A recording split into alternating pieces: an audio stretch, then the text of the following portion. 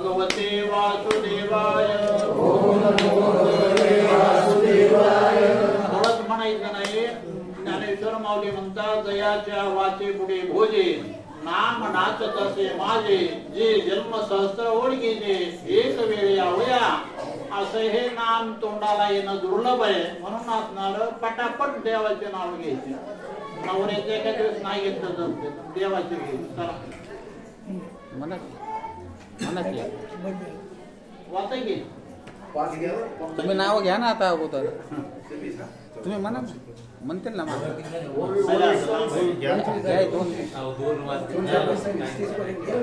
पुढचे कार्यक्रम. श्री गणेशाय नमः. श्री सद्गुरु रामचंद्राय नमः. देवकी वसुदेवाचे लग्न अवतरले शेष नारायण. गोकुळाशी गेले जगज्जीवनात हे निरूपण तिसऱ्यात. गर्गे वर्णिले जातक पाना निजविला वैकुंठ नायक. पुतना शोषिली निशंक चौथ्यात हे कथिले असे. चौथ्या अध्यायामध्ये गर्ग ऋषींनी कृष्ण परमात्म्याचं जातक कर्म म्हणजे असणार त्यांचं नाव त्याचबरोबर कृष्ण बलराम दादाचं नाव ठेवलं. जातक कर्म सांगितलं.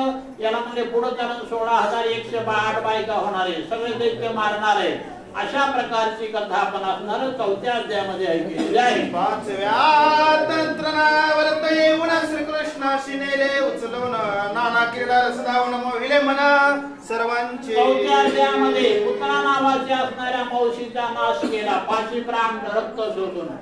5व्या अध्यायामध्ये तृणावर्त नावाचा रक्षण मारायला होता. त्याला या ठिकाणी असणारा मारून टाकलं. अशा कथा आपण ऐकलेल्या आहेत. 6व्यात वनमाळी चौल कर्म केली गोकुळी. गोपीनी गाराने सांगितले कौतुके करुणी यशोदे. 6व्या अध्यायामध्ये कृष्ण परमात्माने गोकुळामध्ये चौर्य म्हणजे चोरीचं कर्म केलं.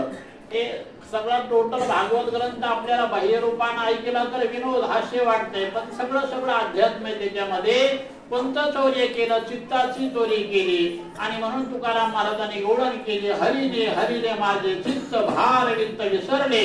अशा प्रकारचा असणारा गौडणीने यशोदेला सगळे घराने सांगितले आम्ही राहावा का जावं असं अनेक लीला आपण ऐकला.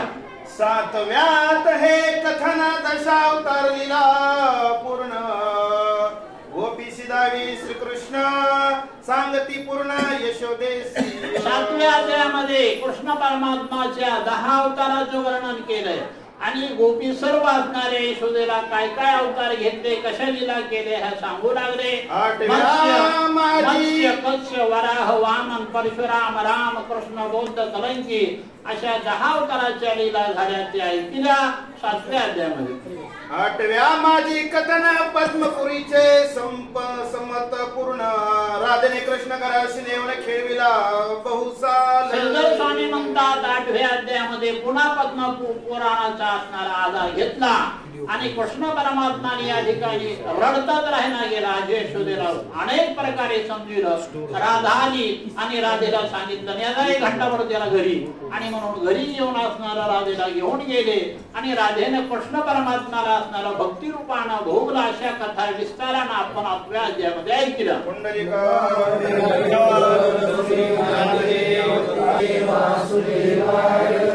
नमो भगवते वासुदेवाय. ओम नमो भगवते वासुदेवाय. ओम नमो भगवते वासुदेवाय.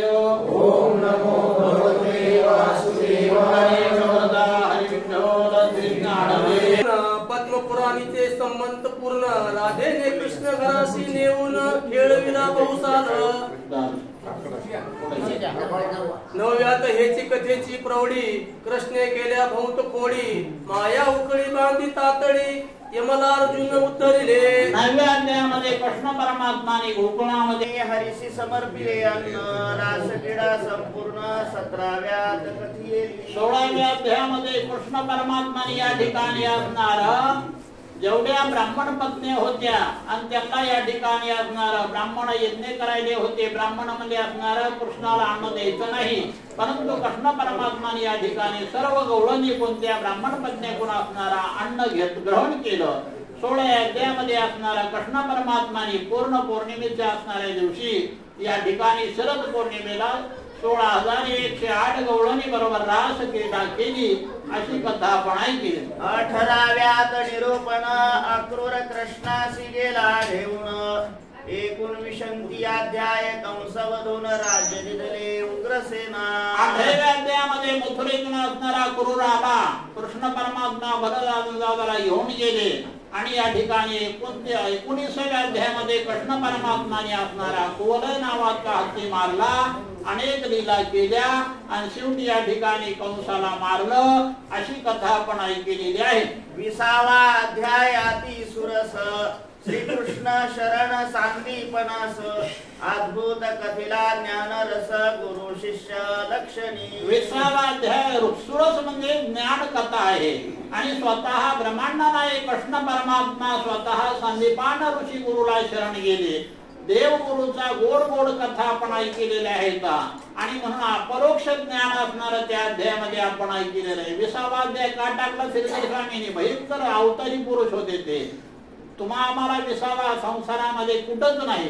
हा 20वा अध्याय केलेले जीवशिवाचा 20वा मिळतोय आणि म्हणून अशा प्रकारचे कृष्ण परमात्मा आणि गुरु का करावा याच्यासाठी ही 20वा अध्याय आपण ऐकावा असं सांगू लागले. 21व्यात उद्धवे येऊन गोपीसी कथिले ब्रह्मज्ञान 22व्यात जरासंध पराभवून काल यवन भस्म केला. 21व्या अध्यायामध्ये स्वतः उद्धवाला अभिमान झाला होता. कृष्ण म्हणले माझ्या असणाऱ्या आई वडिलाची आठवणी गवळणी केली जा म्हणले असणाऱ्या गोकुळामध्ये त्यांना ब्रह्मज्ञान सांग. काय गवळणीचा विरह प्रसंग आपण ऐकला असेल. गवळणी असणाऱ्या समोर उद्धव फिका पडला.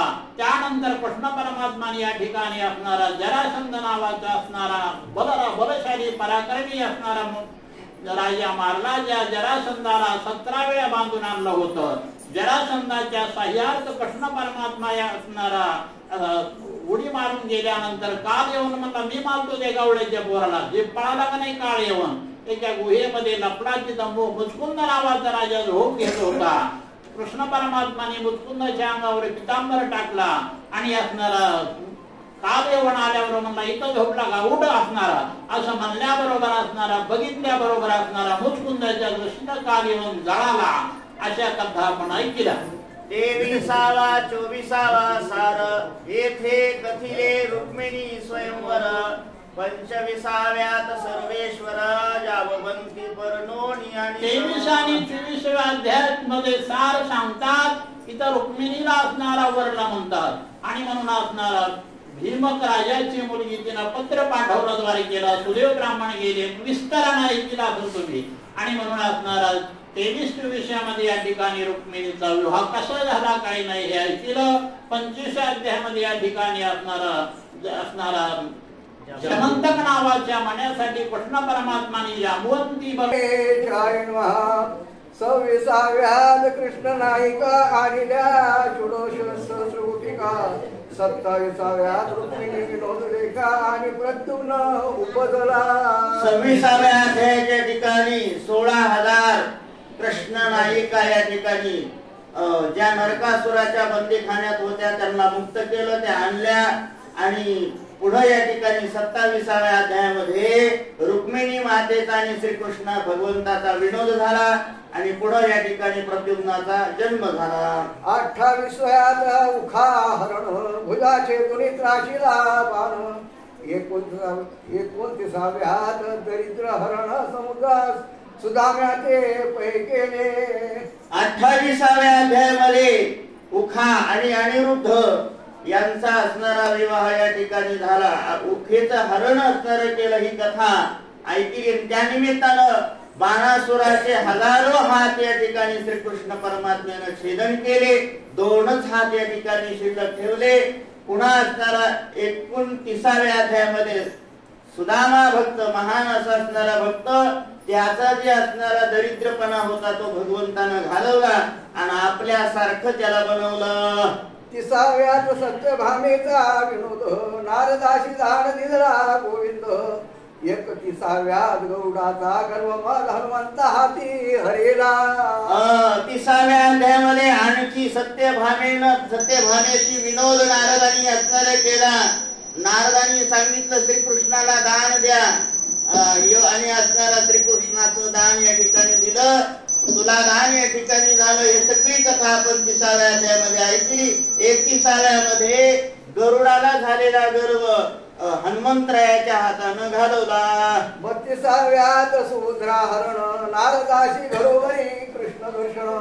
33व्यात राजसूय यज्ञ जरासंधा मारविले. 32व्या अध्याय गोकुळीचे जन या उपरी पंढरीशी आला श्रीकृष्ण हेची निरूपण सेवटी. आणि 35व्या अध्यायामध्ये आपण असणारा ऐकलं की मयसभेचं वर्णन या ठिकाणी आहे. मयसभेचं वर्णन झाल्यानंतर शिशुपाळानं भगवंताचा विरोध या ठिकाणी केला आणि त्याचं शिर या ठिकाणी भगवंतानं उडवलं, त्याला मोक्ष असणारा दिला, अशी कथा आपण ऐकली.